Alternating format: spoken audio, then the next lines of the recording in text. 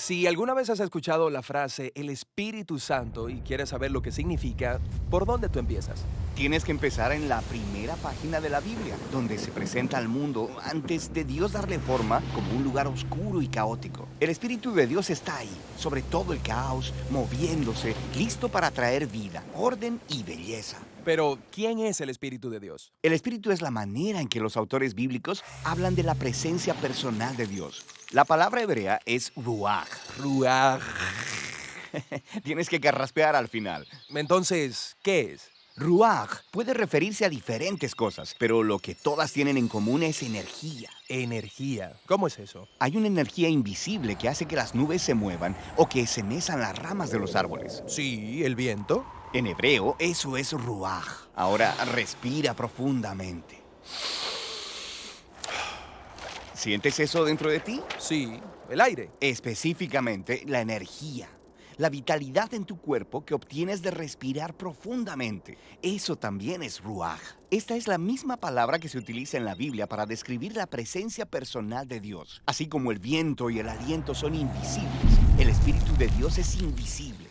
El viento es poderoso y el Espíritu de Dios es poderoso. Así como el aliento nos mantiene con vida, el Espíritu de Dios sustenta toda la vida. Sí, ruach. Mientras continuamos a través de la historia bíblica, vemos al Ruaj de Dios dando capacidades especiales a las personas para hacer tareas específicas. La primera persona en la Biblia a la que le sucede esto es a José. El Espíritu de Dios le da la capacidad de entender e interpretar sueños. Y luego le sucede un hombre llamado Besaleel, quien es un gran artista. El Espíritu de Dios le da sabiduría y habilidades. Se le da un genio creativo para hacer cosas hermosas en el tabernáculo. También vemos el Ruaj de Dios habilitar a un grupo de personas llamadas los profetas. Ellos son capaces de ver lo que está sucediendo en la historia desde el punto de vista de Dios. Exactamente. Este es el problema, como lo vieron los profetas. Aunque el Ruaj de Dios había creado un mundo realmente bueno, los humanos habían cedido al mal. Habían desatado el caos en él a través de su injusticia. Un nuevo tipo de desorden. Sí, y los profetas anunciaron que el Espíritu vendría, así como en Génesis 1, pero ahora para transformar el corazón del hombre, para capacitar a la gente, para amar a Dios y a los demás. ¿Cómo sucederá esta nueva obra del Espíritu de Dios? Pasan los siglos y se nos presenta a Jesús. Al principio de su misión, hay una hermosa escena en la que Jesús está siendo bautizado en las aguas del río Jordán. El cielo se abre y el Espíritu de Dios baja y se posa sobre él como un ave. La historia está diciendo que el Espíritu de Dios está capacitando a Jesús para empezar la nueva creación. Vemos que esto sucede cuando Él sana a las personas o les perdona sus pecados. Él está creando vida donde antes había muerte. Los líderes religiosos de Israel se opusieron a Jesús y eventualmente lo mandan a matar. Pero incluso ahí, el Espíritu de Dios está obrando. Los primeros discípulos de Jesús, quienes lo vieron resucitado de los muertos, dijeron que fue el Espíritu energizante de Dios que levantó a Jesús de los muertos. Este es el principio de la nueva creación. Sí, y esta todavía continúa. Cuando Jesús se apareció a sus seguidores más cercanos, sopló sobre ellos y les dijo, reciban el Espíritu Santo. Poco después de eso, el Espíritu Santo vino poderosamente sobre todos sus discípulos. Para que ellos puedan ser parte de esta nueva creación y compartan las buenas nuevas y aprendan cómo vivir bajo la energía e influencia del Espíritu de Dios. Hoy, el Espíritu sigue moviéndose en lugares oscuros. Sí, guiando a las personas hacia Jesús, transformándolas y capacitándolas para amar a Dios y al prójimo. La esperanza cristiana es que el Espíritu va a terminar este trabajo. La historia de la Biblia termina con la visión de una nueva humanidad viviendo en un mundo nuevo, permeado por el amor de Dios y por su Espíritu dador de vida.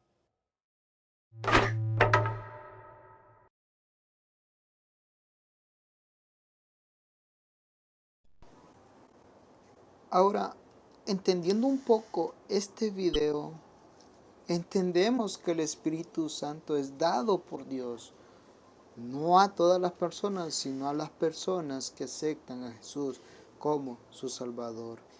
Agradecemos al Señor porque estás con nosotros, joven, una semana más. Esperamos que este video sea de bendición para tu vida y que puedas aprender el día de hoy Hoy nos toca hablar sobre la guía del Espíritu Santo y este video antecede lo que podemos dar a entender acerca del Espíritu Santo. Ahora agradezco mucho a este canal Vite por presentar estos videos acerca de cómo es el Espíritu Santo y darnos una panorámica muy interesante, ¿verdad? Pero así como estás, quiero que cierres tus ojos. Vamos a orar. Señor, que estás en los cielos, gracias te doy, Señor, por lo que has hecho, gracias te doy por lo que harás en la vida de este joven y jovencita, Señor, que me están escuchando. Ruego que este tiempo que pasemos, Él pueda aprender, Él pueda dar a comprender y reaccionar a lo que tu palabra dice, Señor. Bendice a su familia. Gracias por lo que has hecho y lo que harás. En el nombre de Cristo Jesús. Amén y amén. Bueno, joven, seguimos con lo que te quería decir. Cuando viene a morar el Espíritu Santo a nuestras vidas, comienza un trabajo arduo en contrarrestar las acciones de la carne en mi vida.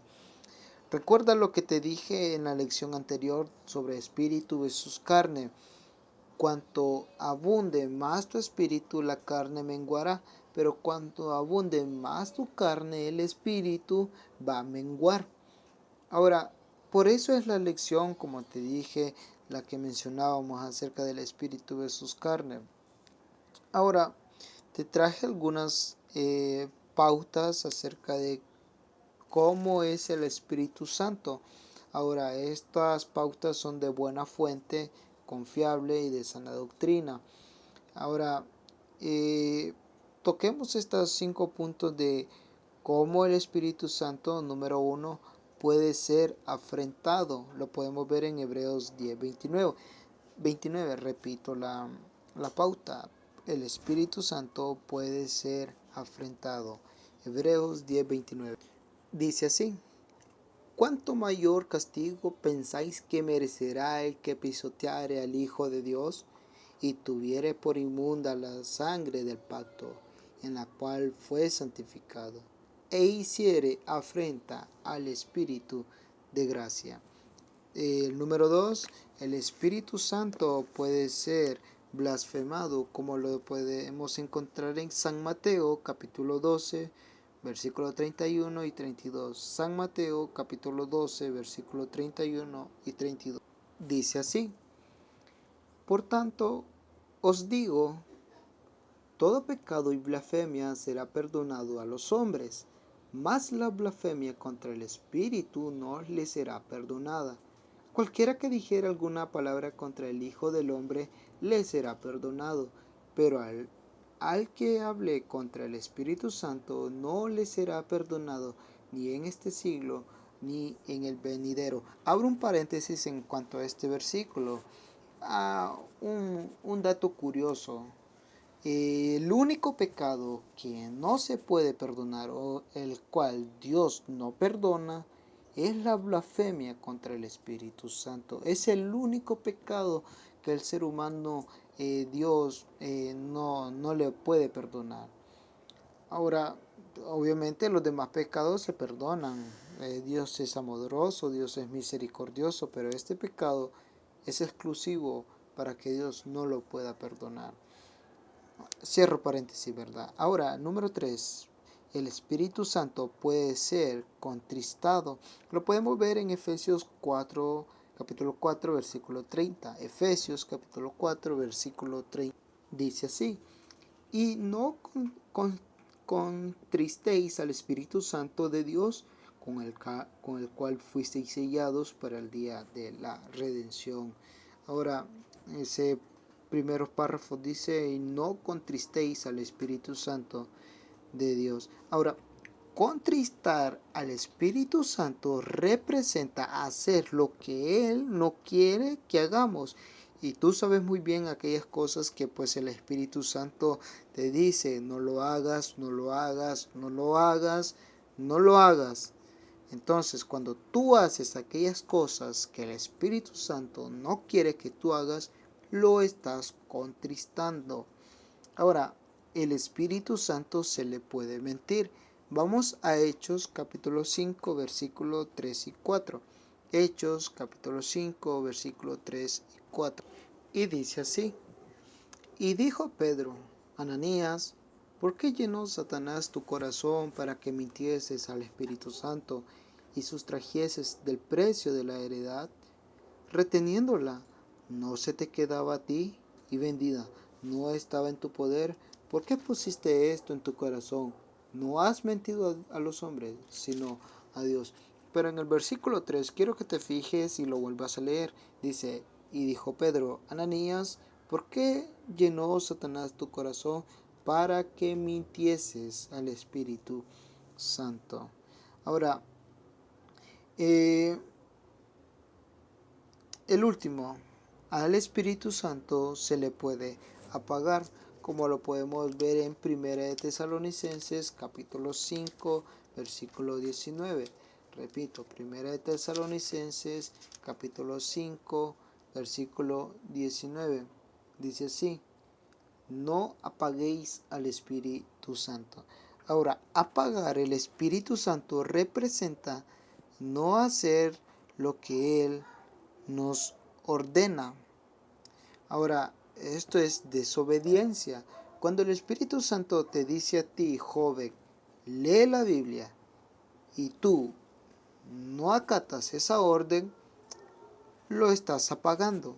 Cuando el Espíritu Santo te dice a ti, ora, y tú no oras, estás apagando el Espíritu Santo. Cuando el Espíritu Santo te dice, hey, ve a la iglesia, hey, ve el video, hey, ve a hacer lo correcto, y tú no lo haces, estás apagando el Espíritu Santo. Ahora, joven, yo te aconsejo a que te dejes guiar por el Espíritu Santo y evites estas cosas de poder afrentar, poder blasfemar, que ese es la peor cosa que puedas hacer contra el Espíritu Santo. Lo contristas o le mentís o lo apagas. Yo te aconsejo que evites esas cosas y te dejes guiar por el Espíritu Santo. Ahora, resulta una pregunta o salta una pregunta. ¿Por qué está el Espíritu Santo? ¿Por qué Dios no puede cumplir esa función? Recuerda que Dios es todopoderoso, es todo omnisciente. Ahora, el Señor, Dios todopoderoso, está en el cielo. Él no puede bajar aquí a la tierra para estar con nosotros. No. ¿Por qué? Porque uno es su santidad. Dios no puede estar con el pecado. Dios nos ama, eso recuérdalo, Dios te ama, por eso envió a su Hijo. Pero el pecado obviamente es contrario a la santidad de Dios, entonces Él no puede bajar para estar con nosotros. Por ende, envió primero a su Hijo Cristo Jesús. Él cumplió lo que tenía que cumplir, murió, resucitó y ahora está a la par de Dios. Ahora Jesús lo dijo, Él va a enviar Él va a enviar al Espíritu Santo para que Él nos enseñe, para que Él nos guíe, para que Él nos cuide, para que Él nos dé poder, para que Él nos capacite. Ahora, estas cosas que te acabo de enseñar son algunas funciones que como creyentes cumple el Espíritu Santo en nuestras vidas. Por ejemplo, la primera nos saca del error. Mira lo que dice en San Juan capítulo 16, versículo 13. San Juan capítulo 16, versículo 13. Si ya lo tienes, pues escúchalo. Perdón, si ya lo tienes, léelo. Pero si no lo tienes, escúchalo, por favor. Ahora, dice en San Juan capítulo 16, versículo 13.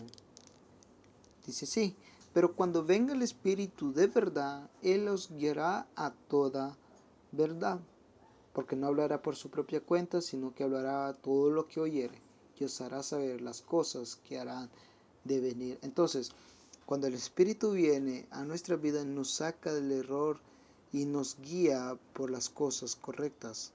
Ahora, número 2, nos consuela. En el mismo libro de San Juan, pero ahora en el capítulo 14, versículo 16 y 18, dice así. San Juan capítulo 14, versículos 16 y 18. Dice así, y yo rogaré al Padre y os dará otro consolador para que esté con vosotros para siempre, el Espíritu de verdad, al cual el mundo no puede recibir porque no le ve ni le conoce, pero vosotros le conocéis porque mora en vosotros y estará en vosotros. Qué puntual este versículo cuando yo te dije al principio que el Espíritu Santo viene a aquellas personas de las cuales lo reciben a Cristo Jesús. No viene a todas las personas. Ahora, en el versículo 16 dice, y yo rogaré al Padre y os dará otro consolador, que es el Espíritu de verdad. Ahora, en el número 3 dice, nos enseña, el Espíritu Santo nos enseña en el mismo capítulo 14. Ahora, en el versículo 26 dice así, mas el Consolador, el Espíritu Santo, a quien el Padre enviará en mi nombre, Él os enseñará todas las cosas y os recordará todo lo que os he dicho. Ahora, cuando un joven viene a la palabra del Señor y comienza a leer su Biblia, este joven primero tiene que decirle al Señor que el Espíritu Santo le enseñe, le guíe, le haga entender su palabra, porque Él es el quien nos saca, nos dice, este versículo quiere decir así, este capítulo da a entender así. Por eso hay muchas doctrinas erróneas, jóvenes. Por eso hay muchas doctrinas que dicen, o muchas religiones, o muchas personas que dicen, por ejemplo, que la salvación se pierde. Ahora, el Espíritu Santo con esas personas, claro que les va a enseñar, pero no creo que el Espíritu Santo les haya enseñado bien. ¿Por qué? Porque en primer lugar la salvación no se pierde. En segundo lugar, la salvación es una promesa de Dios. En tercer lugar, la salvación depende totalmente de Dios. O sea, Dios la da. No es porque yo lo merezca, no es porque yo sea bueno, no es porque yo sea una persona excelente, no. Dios da la salvación a toda persona, o sea, depende de la salvación de Él. Ahora, Dios no se puede contradecir dando una cosa. Los humanos nos contradecimos. Por ejemplo, yo te puedo decir a ti, joven, el próximo sábado vamos a salir y cuando es sábado digo, lo siento jóvenes, no se puede realizar la actividad. Entonces yo me estoy contradiciendo y siendo un mentiroso. Entonces yo creo y yo te afirmo de que tú no tendrías ese pensamiento de Dios que es un mentiroso. No, Dios no es mentiroso. Entonces, cuando Dios nos da la salvación, no la perdemos, porque Dios dice que Él nos la da gratuitamente. Ahora, número 4, nos da poder en 1 de Timoteo, en 2 de Timoteo capítulo 1, versículos 7 y 8, nos habla acerca de ese poder que Dios nos da. Dice, porque no nos ha dado Dios espíritu de cobardía, sino de poder, de amor y de dominio propio. Por tanto, no te avergüences de dar testimonio de nuestro Señor ni de mí, preso suyo, sino participa de las aflicciones por el Evangelio según el poder de Dios. Pero mira el versículo 7, porque no nos ha dado Dios espíritu de cobardía, sino de poder, de amor y de dominio propio. Ahora tú me dirás, hermano Luis, ¿qué tal esas personas que dicen tener el espíritu de poder, que sanan, que sanan a los enfermos, o que hacen cualquier milagro, que levantan a las personas? Bueno, déjame decirte eso, joven. Esos milagros o ese poder es falso. O sea, si ese poder fuera real, cualquiera persona creyente con una comunión íntima con Dios, con una relación exquisita con Dios, tuviera ese poder. Pero ese poder fue dado a los apóstoles en su momento para que esas personas inconversas creyeran en el Evangelio. ¿Me entiendes? Ahora, Eso que vemos hoy, que levantan personas en silla de ruedas, que hacen milagros, ah, no es que sea incrédulo, sino que eso es falso, joven. Ahora, no admito el poder del Espíritu Santo cuando Dios cambia a una persona. Ese es un poder. Cuando Dios cambia a una persona, a un borracho, cuando lo cambia y lo hace nueva criatura, ese es el poder que Dios da. Ese es el poder que Dios manda. Ahora es diferente. Ahora, es un tema muy extenso eso, muchacho. Pero piensa eso, o estima ese poder que supuestamente tienen algunas personas. Ahí me disculpo por el pajarito, ¿verdad? Es que tengo ahí un pajarito, ¿verdad? Entonces, el último, nos capacita en Romanos capítulo 12, versículos 6 y 8, nos habla de ese poder, perdón, de esa capacidad. Romanos capítulo 12, versículos 6 y 8 dice así: de manera que teniendo diferentes dones según la gracia que nos es dada, si el de profecía, úsese conforme a la medida de la fe, o si el de servicio en servir, o el que enseña en la enseñanza, o el que exhorta en la exhortación, al que reparte con liberalidad, el que preside con solicitud, el que hace misericordia con alegría. Ahora, en este capítulo habla acerca de los deberes cristianos, pero habla acerca de algunos dones espirituales. Ahora, estos dones, recuerda que hay algunos, por ejemplo, el de la profecía, ese don que dicen algunas personas o que supuestamente tienen unos pastores que hablan acerca de que pueden ver el futuro o que hablan el futuro, no, eso no es un don, eso ya es algo diferente. No es que sea realidad, no es que sea algo como que, bueno, esas cosas, ¿verdad? Acerca de que hay personas, como te dije, pastores que hablan acerca de que miran el futuro, que son apóstoles. Recuerda esto, joven. Eso fue en su tiempo. Ahora son otros tiempos donde ya no existen apóstoles, ya no existen profetas, ya no existen salmistas, ya no existen aquellas personas que anteriormente existieron. El apostolado fue dado exclusivamente a los 12 apóstoles de Cristo. Tú los conoces: Juan, Pedro, Mateo, Bartolomé, esos apóstoles. Ahora, si estas personas dicen ser apóstoles, no creo que sean apóstoles, porque la Biblia me habla acerca de unos requisitos que el apostolado tenía que cumplir. Y uno de esos requisitos era que un apóstol o una persona que quería ser apóstol tendría que ver la resurrección, la muerte y el ministerio de Cristo Jesús para ser apóstol. El segundo era que Jesús mismo tenía que llamarlo para su ministerio. Ahora tú ves estas dos cosas, entonces compara y estima a esas personas que se creen apóstoles. Yo creo que esas personas no cumplen esos dos requisitos. Por ende, no deben ser apóstoles. Eso es una cuestión, ¿verdad? Que es bíblico, eso es bíblico, pero que muchas personas lo enseñan con engaño, que lo enseñan diferente. Ahora, el Espíritu Santo nos capacita para ser un mejor obrero, para ser un mejor creyente. Entre ustedes, jóvenes, se puede ver el don de la enseñanza. Pueden ser buenos profesores, buenas maestras, ya sea en tu iglesia o en la iglesia que nosotros estamos. Pero eso es porque el Espíritu Santo te va capacitando. Es que el Espíritu Santo te va guiando. Pero teniendo estas funciones en mi vida por parte del Espíritu Santo, seré un mejor joven controlado, guiado y capacitado por Él.